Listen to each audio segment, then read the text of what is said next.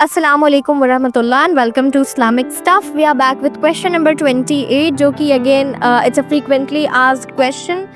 लोग पूछते हैं कि क्या उल्टियों के आने से या वॉमिटिंग आने से आपका रोज़ा टूट जाता है या इनवैलिडेट हो जाता है।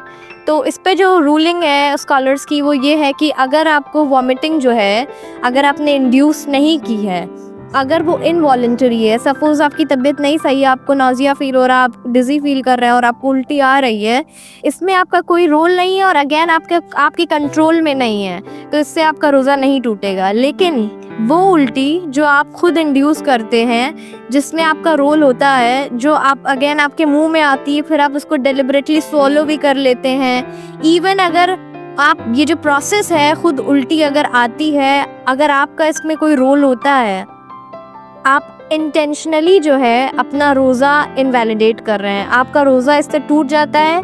पहले वाले केस में ये था कि आपको वॉमिटिंग फ़ील हो रही है और आप कंट्रोल नहीं कर पा रहे हैं, तो आप एक मेडिकल रीज़न है उसके पीछे, आपका कोई रोल नहीं है, तो इससे आपका रोज़ा नहीं टूटेगा। लेकिन उलमा का मानना है कि अगर वो सेल्फ इंड्यूस्ड वॉमिटिंग है तो उससे आपका रोज़ा टूट जाएगा। सो मेक श्योर कि आप इस बात का ध्यान दें। Signing off until next question. अस्सलाम वालेकुम वरहमतुल्लाह।